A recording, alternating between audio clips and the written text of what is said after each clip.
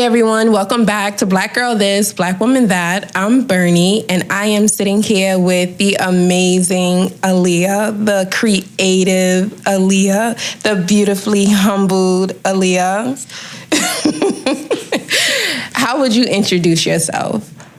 I would introduce myself by saying, I am Aliyah Simone, the visionary. Ma'am. The creator. Ma'am. The creative. Ma'am. Because there's only one creator. Amen. Who created me. Hey. The curator. Yes. The communicator. And I would say the disruptor. Yes. Yes, yes, yes. And yes. Yeah. Absolutely. Funny story. So you and I met, I guess our first interaction was in church. Mm-hmm. It was during praise and worship. Mm-hmm. The praise and worship team was up there doing what they do. Telling the story, y'all. The praise and worship team was up there doing what they do. And I was sitting behind you with my best friend.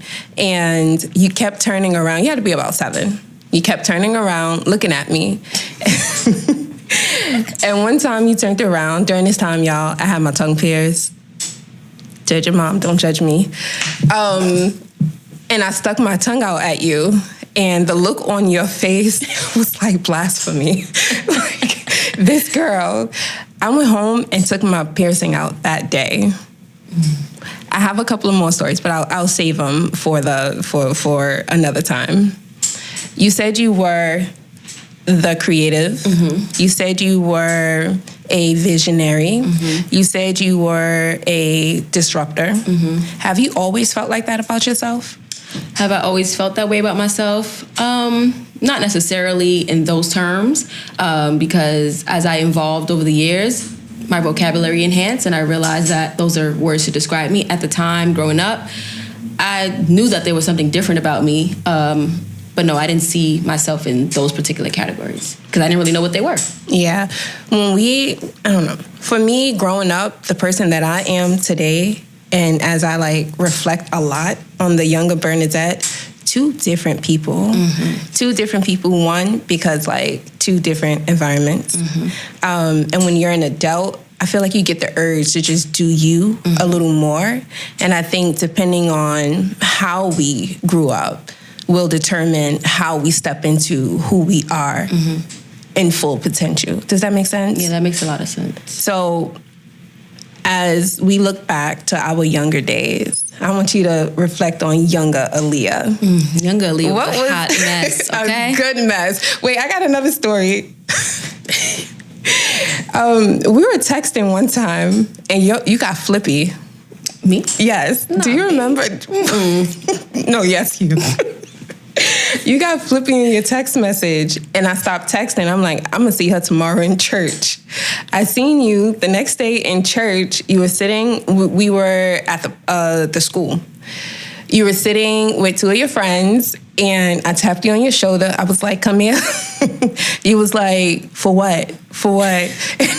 I was like, come here. You got up, you came. I took you to your mom, and we were talking to your mother, and I was like, I got 10 years over you. I'm a whole decade older than you. I don't even remember this. You're not going to talk to me like I'm your friend. You don't remember? No, I think I do remember this. And I think after that, I was like, I can't stand Bernadette. I can't stand her. I think I do remember this. I feel like we was over there in the school. We were talking by where the swimming pool was in the school. Yes. And that little pool where we used to practice over there, y'all, for praise dance rehearsal. A lot of memories in that corner. I do remember this. And then I guess a few days went by and you started loving me again. Mm-hmm. And then you were like, I just needed to test you. I just needed to make sure you were there to stay. Ooh, that's a lesson. That's a message. A whole message. I was like, test me. What I didn't share with you was I used to do the same to people because I was always familiar with people coming and going in my life. So when you look back on that Aliyah, when you look back on the Aliyah, you feel like you never had the space to be who you are, what comes to mind? What comes to mind? Good question. Let me just add to that first. I do agree. I feel like as a child, I used to, I guess, not be chaotic, but kind of cause some type of calamity, because I felt like that was my best way of testing whether or not people were solid or not. Like, if you can deal with the calamity part of me, you could deal with the mishaps and all those type of things, and we good together. I don't know. That's just something about me. I feel like to this day I kind of still do that. I test the water sometimes and I see how people respond to certain things, and then I'll decide like, oh, see, you really can't do it. You're not built for this. But back to you saying, when I think about younger Aliyah, like I said, hot mess, but like you said, good mess. It was a good mess. A good mess. Yeah. I think a lot of it is I was just young, coming up with parents who kind of grew up in two different environments, so probably were not, like, I was their first child. So I was kind of like that trial, see what works, see what doesn't work, to prepare for whatever comes after me. But I think a lot of times I found myself in bubbles where I was experiencing things and I didn't know how to explain it. Or I was seeing things that I feel like other people weren't seeing, but I never had the right method of communication. No one sat me down and corrected me and said, like, what you're saying is not wrong. It's just about how you're saying it. Yeah. So because people tend to just say, that's disrespectful, that's rude, that's that. In my mind, now it's like, oh, I'm just disrespectful. So nothing I'm saying is, valid. And it kind of forced me, not to go off topic, but it kind of forced me in a place of being kind of mute. Yeah. And over time, then realizing that, no, I'm born to be a communicator. I'm born to be that girl that's going to test those environments and see, are they, do they have the strength and stability that they solid? Can they stand, Yep. Are they able to weather the storm? Right. Yeah. Would you consider that to be a security or a insecurity? As in the way I respond? I consider that to be a security. Okay. Maybe back then, because I didn't really know who I was, maybe it could have been perceived as an insecurity. Maybe people perceived it as me projecting like my inner insecurities on other people. But I feel like now that I look at it, I was secure the whole time. Yes, ma'am. I think, I agree with that. Because sometimes, even when we would have conversation, and I would say to you, like, girl, wow, like, okay. Like, even when you were younger, I would always say, you're a little too wise for me. I was about to say, like the old people say, you're a little beyond your years. Yeah. So would you consider, or more so, how would you connect, or how would you turn, you use the word mute, I'm going to say limited. Your limited viewpoint on being able to express yourself, being able to actually like say I need help or being corrected. How have that transitioned into the adult today? Repeat that one more time. So when you were younger, you felt as if your actions were deemed as like being disrespectful. You were labeled as like being a disruptor. How do you connect your younger Aliyah not being able to fully communicate what was happening to who you are now? I would say the younger Aliyah was just, I guess that was my training time. That's the way I look at it. Like, that was the preparation for who I am now. Obviously, over years, after going through, your times of schooling, being in different environments, going away to school, having like mentors, having sisterhood community that is able to like pull you in, having those people that hold you accountable. It was then that they were able to like kind of cultivate those things and tell me like, I'm not going to be that person to tell you that as a child you were ever wrong. It was just not appropriate timing. So I feel like for me, when I connected to, it's like, I didn't really change much. Yeah. I just changed the way I do what I've always done. And I operate in the proper timing, if that answers your question. It does. Absolutely. And I think that speaks to, because you work with students, you work with kids, I think it speaks to how we are speaking to not just people around us or the kids in our family, but like the kids that we come into contact with, and how much it makes a difference in how we speak to them and how we're labeling them and how we're encouraging them or not encouraging them. Like as a parent, I'm always mindful of like what I'm saying to Brooke, what I'm saying to Eli is when they are wrong. I don't necessarily want to label them or deem them as disrespectful because that's not something I want them to live up to if they're constantly hearing it. And you don't want to change their personality, because I think a lot of it is that I feel like growing up, a lot of it had to do with my personality. right? And I feel like I didn't have space, going back to the original question, to really be my full self and show those sides of my personality. Yeah. So because people, and let's just say maybe those people didn't have that either growing up, so they just grew up thinking this is the way it's supposed to look.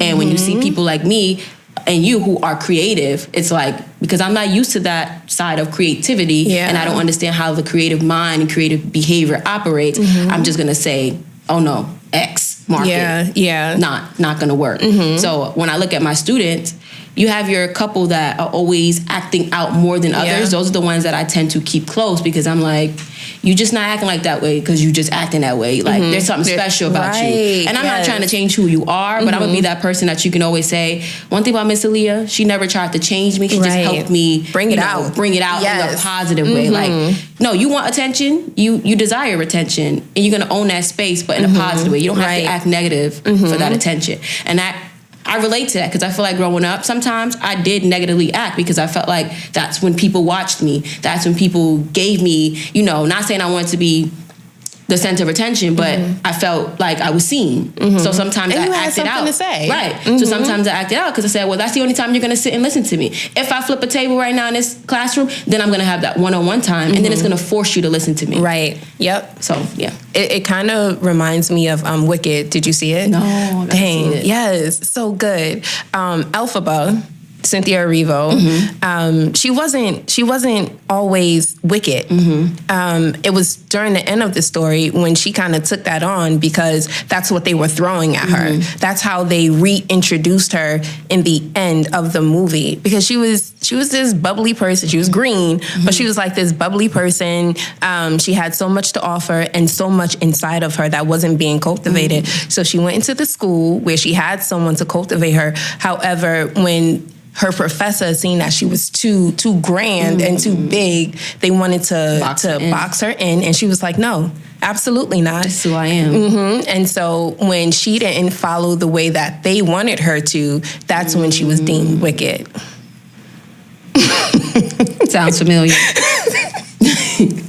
So I think to what you were saying is so true. Have there ever been a time where labels were just like placed on you, and you was just like, well, if you're gonna call me disrespectful, then I'm gonna give you a reason to be. Absolutely. I feel like my whole life, and I feel like my mom probably will laugh at this. Even at home, I'm like, okay, Mom, if you're gonna keep saying and agreeing with my teachers that I'm disrespectful and I talk too much and all that, well, I'm gonna give you a reason to give me that, because you're not gonna just label me as that without a reason. So if you want to say I'm disruptive to my class, well, then I'm gonna be disruptive. Right. And for me, it was not that I was trying to be disruptive. I just always felt like there could be another way. I always felt like there was something missing. Like if the teacher says, do the multiplication this way, I'm going to be that person that raises my hand 50 times and say, but there's a shortcut. And I feel like sometimes that was always deemed as disrespect, because it's like, I am the adult, you are the child, and what I say goes and what you say doesn't. You follow my lead. When you get your degree, then you can control your classroom. And now you got your degree. And now I got my classroom and my degree. Hey, and you're about to get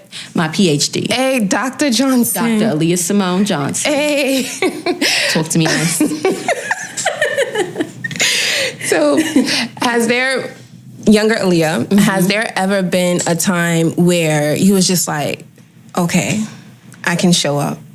I can be me. And if it hasn't, it's okay. But has there ever been a time where you're just like, Aliyah is here and she's going to do what she does, and everybody is going to be okay with it, and everybody was okay with it? Has there ever been a time?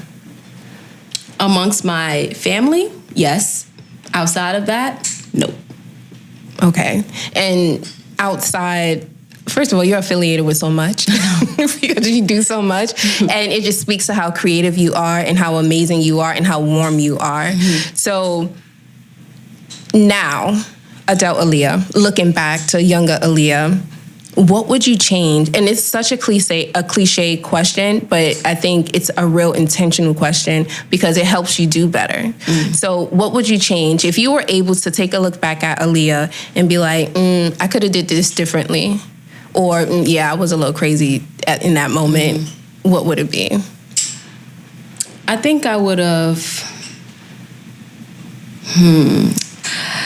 I feel like everything just happens for a reason. So I'm like, do I really want to go back and say I would change anything? I would say I wish I would have expressed myself and expressed my true feelings immediately. Yeah. Like, I wish I didn't hold those things in, because I feel like with me, a lot of the issues like came about because I held in so much. Yeah. So I held in how I felt. I held in all those things, and then I would explode. Yeah. And that's what it would become.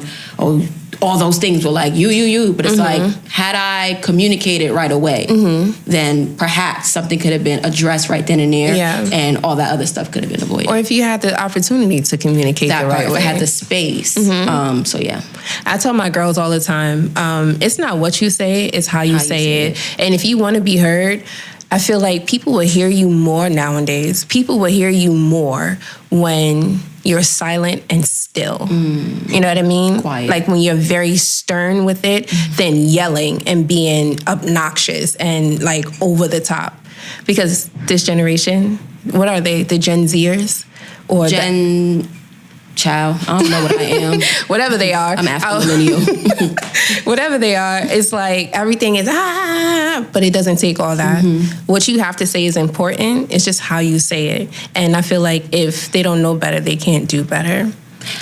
I hear you, but I feel like growing up, I always heard that, like Deacon Stephanie Johnson. I always heard that in school. Oh, it's not what you say, it's how you say it. And then I'm like, but I'm talking to you calm people, and you're still not hearing me. So now I'm like, okay, I've tried both. I've compared the response for both. And I feel like I'm heard more when I yell. Because like I said, it forces you to give me that attention. So it's kind of like, yeah, it's not about that. It's not about, what you say, it's how you say it. But sometimes you still feel like it doesn't matter what tone I'm coming to you in. Right. It's about what I'm saying that you really don't like. Right. Because I could talk to you soft, but you still don't like what I'm saying. So you're just going to overlook it and just pretend you don't hear it. So. And now you're creating those spaces for people to be able to express and not be frustrated behind not being heard. Correct. I love that. I don't know if that's breaking a generational curse, because they're not technically. I think it is. No, it is breaking a generational curse. It is. It is. Communication. You are the communicator.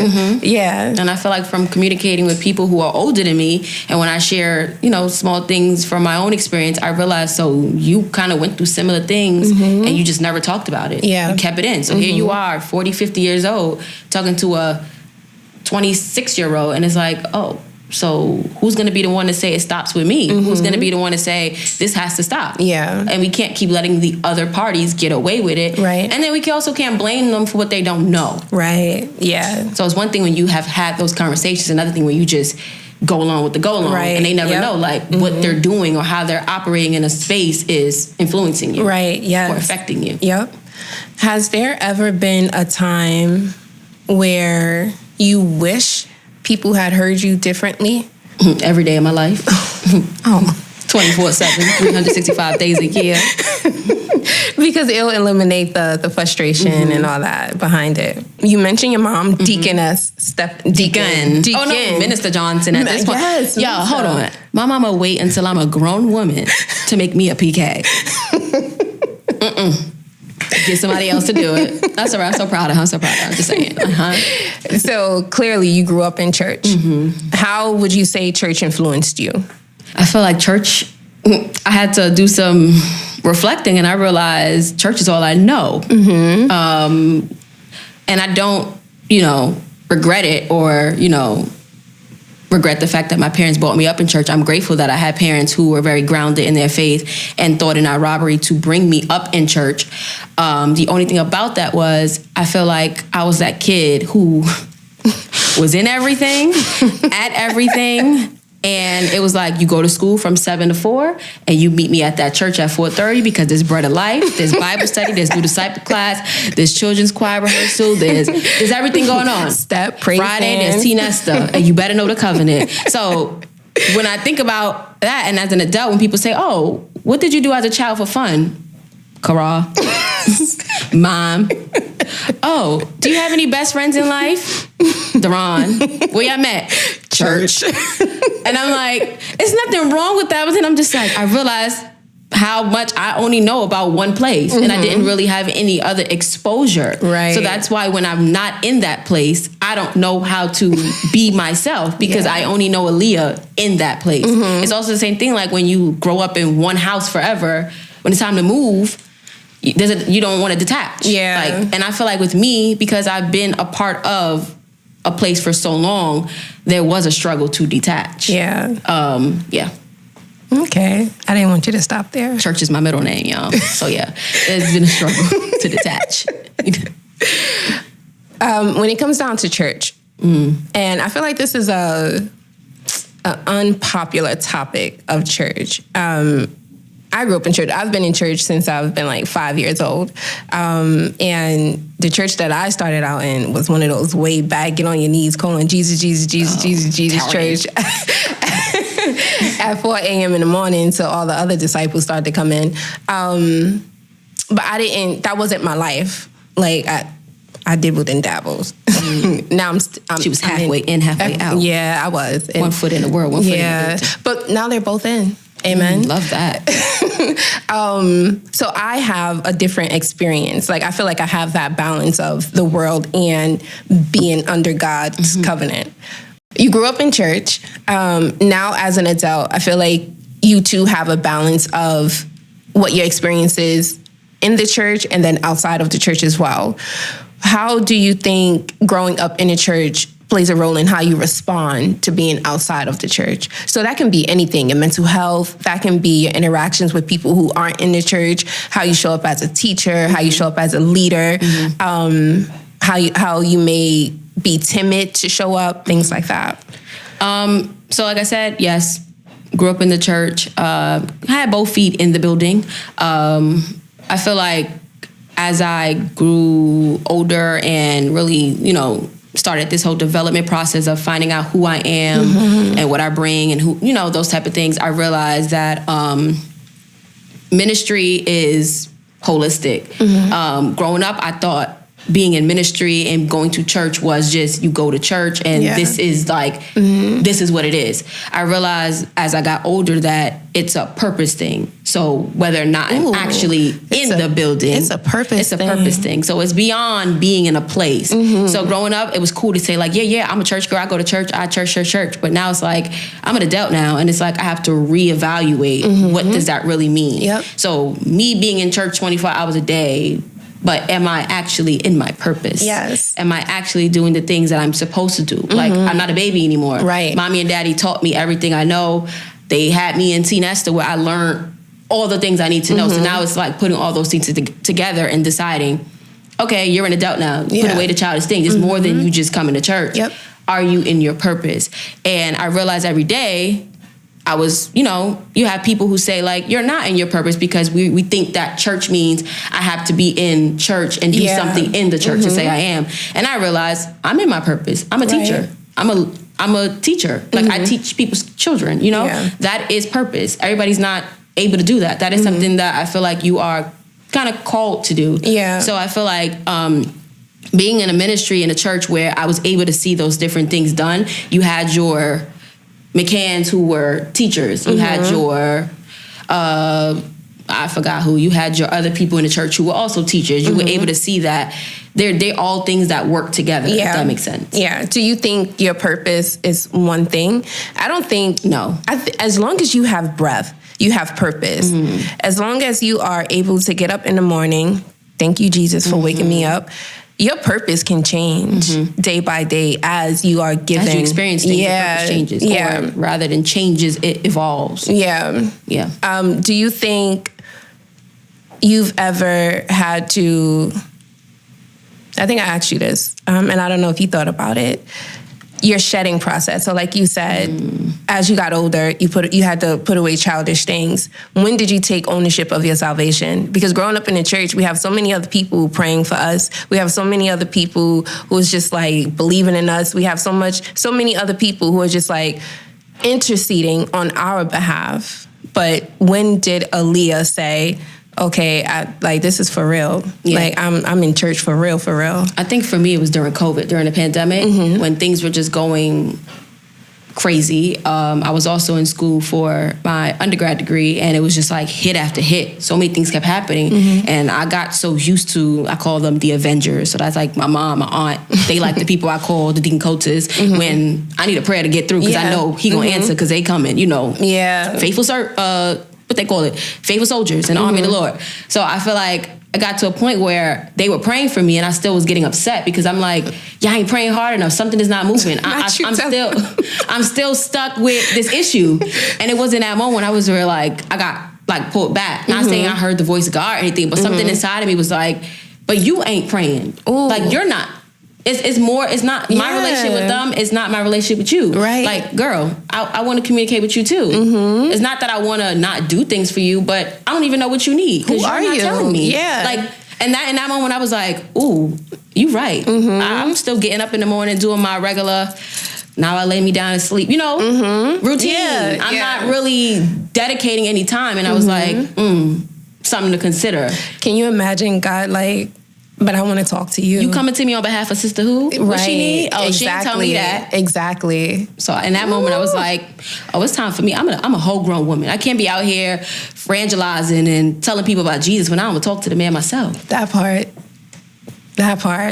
So during COVID, you said, and you realized that you needed to make this thing personal with you and God. That's when it really hit that it's not a religion thing, it's a relationship thing. So it's more than just saying, wearing a shirt that says I'm a Christian on my back and telling people, I'm Baptist, I grew up Baptist. It's more than that. What does that mean if your walk does not match up to that? That part. Okay, ma'am. Okay, no.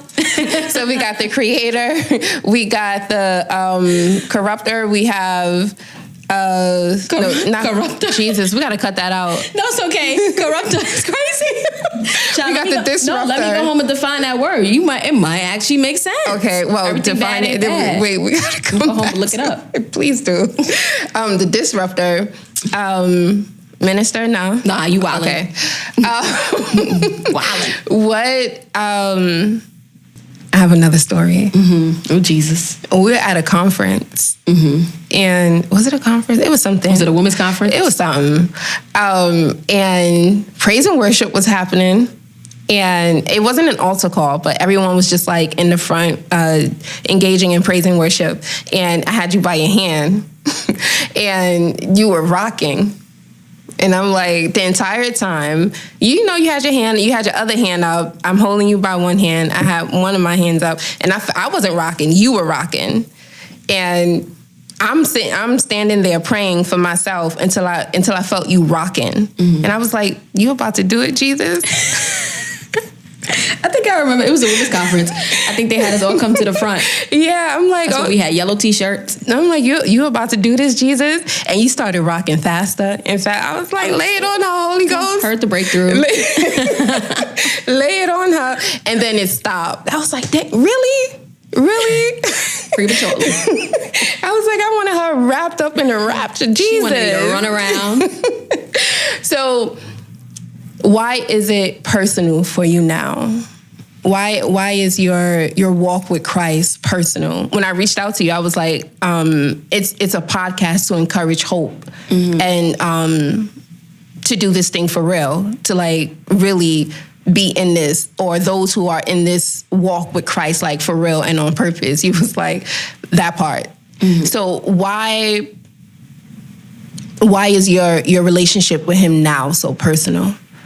It's personal because I realized that, first of all, let me just say, I realized having a relationship with God is so simple and easy. Ooh, talk about it. I think growing up, hearing everyone else's version of how they communicate with him and how they relationship with him, it kind of puts a little fear in your heart. And then it makes you afraid to want a relationship with him, because now you're also comparing. So now when I don't get a response the way I want it, or I don't see things happening the way I want it, I'm thinking, oh, we must not be on that type of time. Yeah. He don't care about me, and then you get in your head a little bit. And I realize, from experiences, going through different things, not being able to call on other people to pray for me, not because now it's also like, but I also don't want people in my business, Right, yeah. So I realized it's a me and you thing. Yes. And I realized from that one time, I started, dedicating little time here and there, I realized it's really not that hard. Yeah. And then from, experimenting, stepping outside and shedding off some things, people, places, and all that, and coming a part of, other communities, work, school, everywhere. Yeah. I realized it's a me and you thing. That's all it really is. And yeah. And then at the end of the day, it's like a me and you thing. Yeah. Like God places so many people in our lives throughout so many seasons, but literally at the end of the day, it's really still a me and you thing. So it doesn't matter what they say, it's still a me and you thing. Yes. And I think from a me and you thing, I realized it's also more than, this is where the part comes in about doing this thing for real. Like, it's more than just, again, coming to church and being a part of church and serving. Like, that also can be done outside of the four walls. Yeah. And I feel like I'm in that part of my life where if I never step foot in church, I still am secure that what I'm doing is for real. And that's what I want. Yeah. Like, I want him to be satisfied with my walk, my talk, not so much my attendance. Right. Yes. Cool fact. Aliyah said it. Like,